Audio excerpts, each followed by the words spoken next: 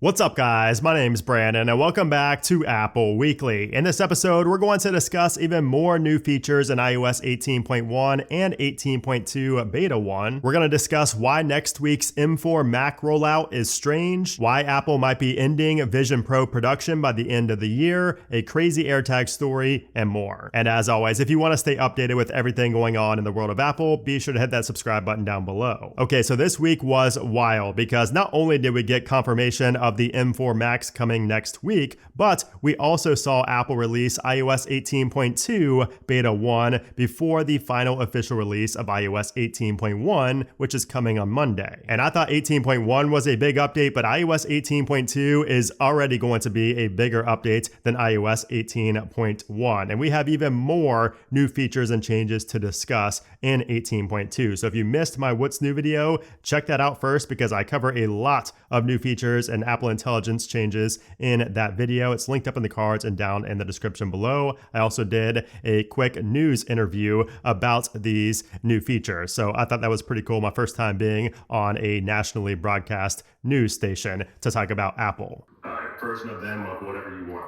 YouTuber Brandon Butch shows on his channel you can tap on suggestions from a menu. We want to make this, let's just say Halloween, so we'll add that into the mix. And let's add in a chef hat as a costume, and maybe one more thing. Maybe we'll add some sunglasses. Anyways, let's get to these additional features here in iOS 18.2 Beta 1. So if we go into the Mail application, we have the brand new interface here, like I showed in my What's New video. So the default tab is going to be primary, and when you tap on the shopping cart, that will show your transactions. And then next to that, we have updates. And then over here, we have promotions. So similar to what we see with Gmail, you now have auto categorization of your mail messages. Now, something that a lot of people didn't realize is that you could actually tap when you're in any of these sections, just tap on primary, for example, and then it will take you to all of your mail. So if you don't have something that's maybe categorized correctly, or you just want to see all your mail in one, list, you can do that. And then you can just tap again on any of these to go back to that category. But there's a lot more to this because if we go over to our promotions right here and then go into, let's just say Universal Orlando Resort, for example, take a look at this new UI.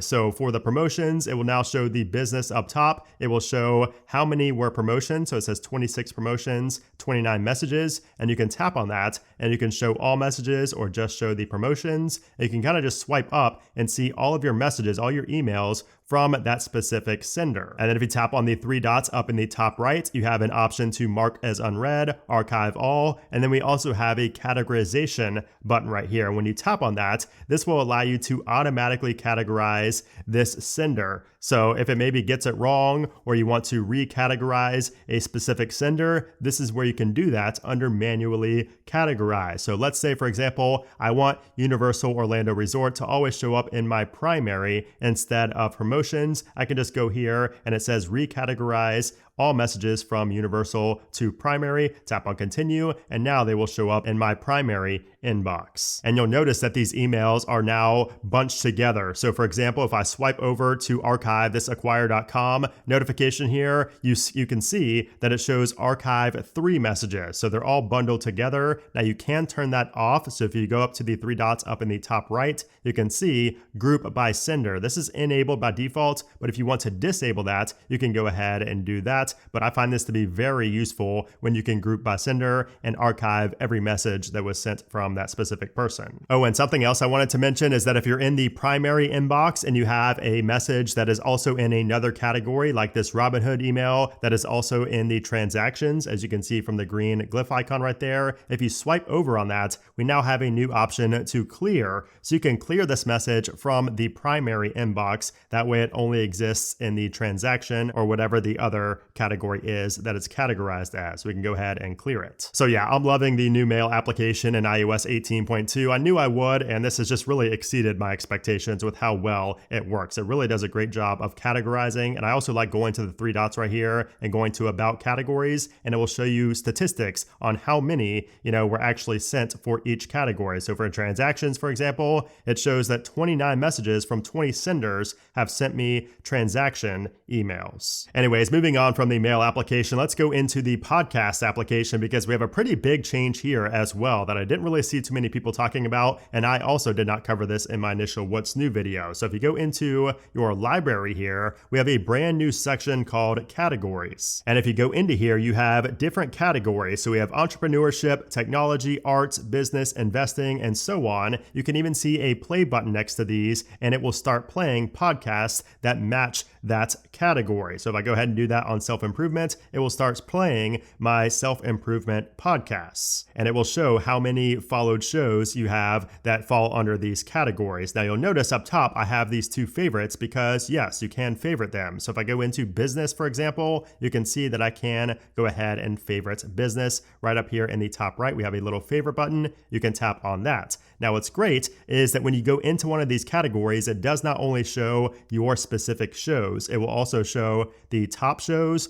more in business, essentials, and it just gives you basically a great way to browse and explore other podcasts that are in that specific category. I feel like podcasting has always been really hard to find good podcasts. It's really hard to search and find a good podcast, but this is going to make it a lot easier. So I'm a big fan of this new feature. And if you go back and go to manage up in the top right, this is where you can manage your categories. So you have your favorites right here, which I selected those favorites. Then you have your suggested. You also have popular. So if you want to see, let's just say politics, for example, since that's hot right now, we can add that to our favorites. And you can see I have no followed shows that fall under politics. So when I go into there, it will show me some of the shows that it thinks I might like that are in that category for politics. We finally have the layering feature inside of the voice memos application. So if you have a voice memo right here, you can see we have a new plus icon on the play area right here. So if you tap on plus, this allows you to record another section over this layer. So if you maybe had an instrumental that was playing and you only wanted to record vocals, you can do that here straight within the voice memos application, which is really nice. And you can tap to go into each of these layers. And if you tap on these settings up in the top left, you can change the layer mix. So if you only want to hear, a little bit of layer 1, but a lot of layer 2, you can kind of skew it in that direction. The adaptive noise control glyph icon has a new look in iOS 18.2 for your AirPods. So you can see it has kind of a blue and dark blue tone to it, whereas before it was multicolored. It was like a rainbow look. That's what it looks like. And when you go into the menu, that's what it looks like there. But there's another feature related to music that I think you're going to love a lot more than that one. And that is inside of our accessibility settings. So if you go into accessibility and then go down to audio and visual, right here we have a brand new toggle for always show volume control. And what this does is it will add the volume control to your lock screen platter. So this was gone for years, but now it has come back. So if you want to always show the volume control, you can do that. And now you'll see that sometimes it does take a minute to refresh, but there we go. You can see that the volume is showing now, and it will stay there no matter what, as long as you have this setting turned on to always show volume control. The stocks application now shows pre-market prices. So before it didn't update before the market officially opened, but now you can see that in the default stocks app. If we head into our settings for Safari and then scroll down, we have a brand new section here for importing and exporting our history and website data. And then heading into the App Store, if you go to the arcade section and then go to all games right here, we have a new menu up in the top right-hand corner where we can hide game previews. So if you don't want to see the previews up top, you can go ahead and turn that off. And now we just have a simple list of all of our games. If you have an Apple News Plus subscription, you will now receive daily Sudoku puzzles. Now I briefly mentioned this in my What's New video, but I wanted to elaborate a little bit more on installing third-party app stores and applications on your device if you're not in the EU. So I'm in the US, and you can see that underneath of the App Store, we have a new section for app installation. And down here at the bottom, you can see that I have two different app stores that are allowed for web installation. So we have Alt Store and Epic Games. Now what's interesting is that when I try to download Alt Store and Fortnite from Epic Games, it just does not install. However, it looks like this could potentially be coming at some point in the future. Although Apple, it seemed like from their wording that it's not coming, it's just here for developers to see how it is in the EU, but we'll have to wait and see. If we tint our icons and go into our settings, you can see that we have tinted icons down here at the bottom. So App Store, Game Center, iCloud, and Wallet all show the tinted version of the icon, which is pretty interesting. You can see that Apple Intelligence has also been changed to a tinted look. Now this might be a bug because it doesn't show up for all of our icons right here, but I found that to be pretty interesting. And this does also happen with the share sheet as well. So if you go into our share sheet, you can see that the icons have the tint to them. Now, of course, with iOS 18.2, we do also have the ChatGPT integration for Apple Intelligence. So you can see this underneath of the Apple Intelligence settings. It is off by default, but I think that everybody should go ahead and enable this if you are interested in this. You don't need a ChatGPT account. And of course, all your data is safe. You know, Apple obscures your IP address. So like none of your data is going to OpenAI like some people might think it is. So it's secure. You don't even have to have an account. It's awesome. And if you go into Notes, for example, I really love the new Compose feature. So if you select some text right here and go into your writing tools and go down to Compose, you can see that this uses ChatGPT to basically create something up from scratch or to rewrite something. And something I did not mention is that you can tap on this plus right here and you can also reference a file or an image. So I'm going to select these 3 screenshots of the changelog for iOS 18.1 and go ahead to add, and then I'm going to ask ChatGPT to describe the changes. So I'm referencing these 3 images right here, and I can say describe the changes in bullet points, but explain like I'm 5. Also throw some humor in and don't make it more than 10 bullets. So if I go ahead and do that, ChatGPT will spit out the answer right here within Notes. I don't have to go into the ChatGPT application. I don't need an account. This all happens on device, and you can see it will happen right here in Notes. So here's what it gave me. So I did ask it to make it humorous and, explain like I'm 5. So you can see, it will say things like AKA mom's calls, Control Center magic tricks, RCS messenger spies are watching, app stores, Sherlock Holmes mode. You can see it can just come up with really creative ideas, and you can see the emojis that accompany these different bullet points as well. That is awesome. And what's even better is that you can, refine this as well. So if it's not exactly what you want, or if you wanted to change something, you get suggestions down here to add more humor, make it more concise, explain technically, or you can have, refine it with a specific phrase that maybe you want to enter in yourself. But my personal favorite part is the fact that we can now basically bypass Siri and only ask ChatGPT queries. All you have to do is just say, ask ChatGPT, and then say whatever you want. And you can even do things like create images straight from the Siri interface. So watch this. Ask ChatGPT to create an image of me sitting in my office in a spacesuit with a cat on my head. And you can see it will say working. So it is working with ChatGPT here, and it's going to give us a generative image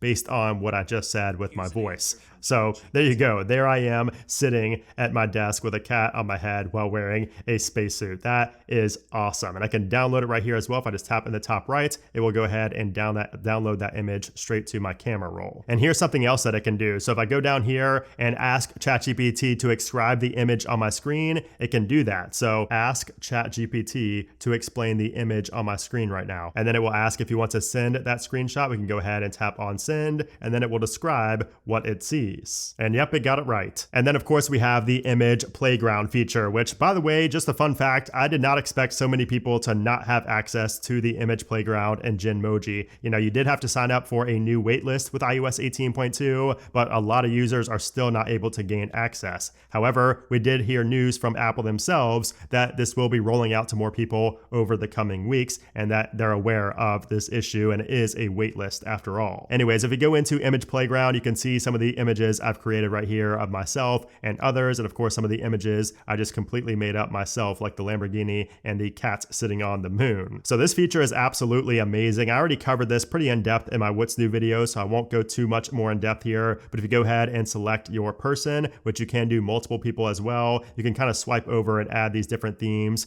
costumes, accessories, and places, and it will kind of combine all of them right there and create an image for you that you can, see multiple variations of right there. And also if you tap on the plus, you can change this to an illustration version instead of the animation version if you want more of like a comic book vibe. And of course you can describe an image as well. If you want to describe something and create it, you can do that right here within the Image Playground application. It is absolutely awesome, and I've been very impressed with how accurate it is. Pretty much everybody that I've run through the application, which I've done probably 20 different people in my camera roll, every single one of them have been pretty spot on. And when I send them the image, they really get a kick out of it. So I've spent hours in this application. I absolutely love it, and I think a lot of people are going to love this as well. And then of course we do also have Genmoji right here. If you go into the emoji bar and go ahead to describe an emoji, this is where you can describe what emoji you want to create on the fly. So this is completely random, but it's the first thing that came to my mind. Ketchup bottle wearing a beanie with arms. So I'm really curious to see how it's going to create this. So this is our Genmoji. Oh my goodness.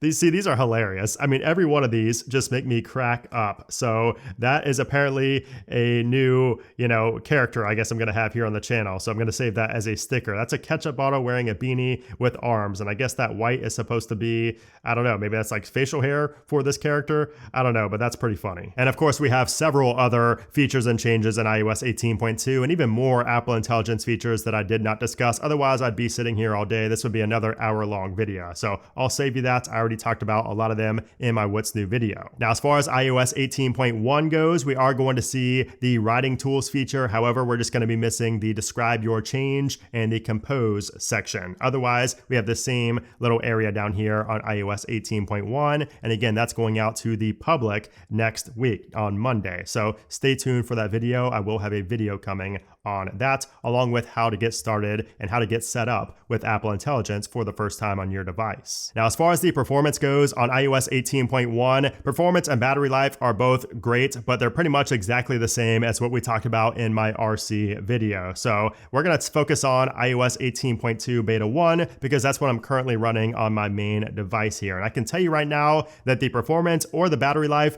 are not great. So performance is not bad, it's not terrible, but battery life is the worst. But anyways, if we go to our Geekbench right here, you'll notice I do have a Geekbench test here where we scored a 3392 on the single core and an 8056 on the multi-core. Now, as far as performance goes, again, it's not that much different from iOS 18.1. However, I can tell you that I've already had multiple restarts on 18.2 beta 1, and every single time it's been from being inside of the Image Playground application or when creating a Genmoji. Now, I also noticed that my device gets really hot. Multiple devices that I've used get really hot when I'm doing, the Image Playground or the Genmoji. So for those reasons, we also have a nice hit to the battery life as well. So battery life has not been the greatest here with 18.2 beta 1. So if you go ahead and check out our battery chart right here, you can see what we've done over the past 24 hours. Anytime you see red, that's not a great sign. That's not typical for me lately. And you can see the Image Playground is my number 3 over the last 24 hours. And if we go to our last 10 days, you'll see that it's not as far up there. If we go down, okay, so it's way down here under threads. It seems like it's taking up more battery life, but you can kind of see what that looks like right there. So yeah, battery life or performance, don't expect it to be as good as iOS 18.1. Now, as far as what to expect next from Apple, next week, once again, we are going to see iOS 18.1 get released to the public on Monday, the 28th. And then as far as iOS 18.2 public beta and also iOS 18.2 developer beta 2, we are not likely going to see that next week. We could see the public beta as early as next week, but I would not expect developer beta 2 until the week of November 4th. But again, who knows? Apple is extremely unpredictable around this time, especially with Apple Intelligence coming out right now. It's really hard to say what they're going to do, but the only thing we know for a fact is that iOS 18.2 is going to be released to the public at some point in December. So it is coming before 2025. And of course, that does give us a kind of good time frame for beta testing here as well. We'll have the entire month of November and probably the first couple of weeks of December for beta testing. All right, so now let's move on to the latest Apple news. And let's start with the big news that Apple announced this week, and that is that we're officially getting the M4 Max next week, starting next week. And that's because for the first time since 2019, it looks like Apple is planning a staggered release rollout for their upcoming M4 Max. So Jaws posted this on X where he said, "Mac your calendars. We have an exciting week of announcements ahead starting on Monday morning. Stay tuned." And keep in mind, he said starting on Monday morning. And that's why we think this is going to be a staggered rollout. So I'm guessing that we're going to see at least one new product released on Monday and then on Tuesday and then also on Wednesday, potentially even on Thursday. However, Thursday is Apple's earnings report. So all this is leading up to their earnings reports, and I really feel like we're going to get the release of these Macs the next day on a Friday. So basically every single day this week is going to be something big in the news for Apple, whether that's a product launch, the earnings, a product announcement, the earnings, and then the product launch. So every day next week is going to have some type of news related to the Mac, and I'm very excited for that. Okay, so now let's talk about why Apple is going to allegedly end production for the Vision Pro by the end of this year. So this news broke from The Information, and they were able to cite multiple people directly involved in making components for the Vision Pro headset. And they said that Vision Pro suppliers have now produced enough components for between 500,000 and 600,000 headsets. So basically, Apple has enough Vision Pro units to meet demand for the remaining lifespan of the first generation device. So a lot of people saw this headline and they were like, oh, I knew it was a flop. Apple's not even going to sell any more of these. That's not the case. Apple has just produced so many of them that now they're just, sitting on a pile of them, and they're not going to be producing any more because they've obviously understood that the demand is very low as it was intended to be. And, they're just going to, use these units until the next one gets announced. And I think that leaves us with a good clue as to the fact that we're going to see a new Vision headset, maybe not a Vision Pro, but a Vision headset at some point in 2025. And then finally, as tradition, we have another crazy AirTag story. And this time we have a story out of Guam for the first time ever here on the channel. So 2 women decided to steal cameras and other equipment from a photo booth business out in Guam. And it looks like even people there are taking full advantage of AirTags because the business owner hid an AirTag inside of the camera case that was stolen. And sure enough, he was able to track it down to a residence, and that's when he called police. Now, once the police arrived, 2 males fled from the residence, one of them being the homeowner, and a family member turned over the stolen camera case to the police officers after hearing the AirTag making a noise from inside of the case, which ended up being an empty box. Everything was still stolen. But it's not all bad news because the next day, police were able to get a warrant to search the house, and they didn't find any of the stolen goods, unfortunately, but they did find a lot more. So they found 1.2 pounds of meth, a handbag with 2 ounces of meth in it, 2 rifles, a pistol that was reported stolen last year, 2 stolen Harley-Davidson motorcycles, stolen clothes, and a Rolex watch worth $14,000, which the suspect later said was obtained by a trade for meth. Go figure. Anyways, once the police eventually located the suspect, she had an additional 9 grams of meth on her, along with several pills. So of course she was arrested and charged for her crimes. However, the stolen property was still never returned. So I'm guessing they just pawned it off somewhere. So that's unfortunate, but at least the thieves didn't fully get away with it. They still got caught for doing other things illegal, and the police did find those other stolen objects. So that's it for this week. Stay tuned. Next week's going to be crazy. And of course, the rest of this year really is going to be pretty crazy when it comes to Apple news and Apple products. So hope you guys stick around, and I'll see you soon.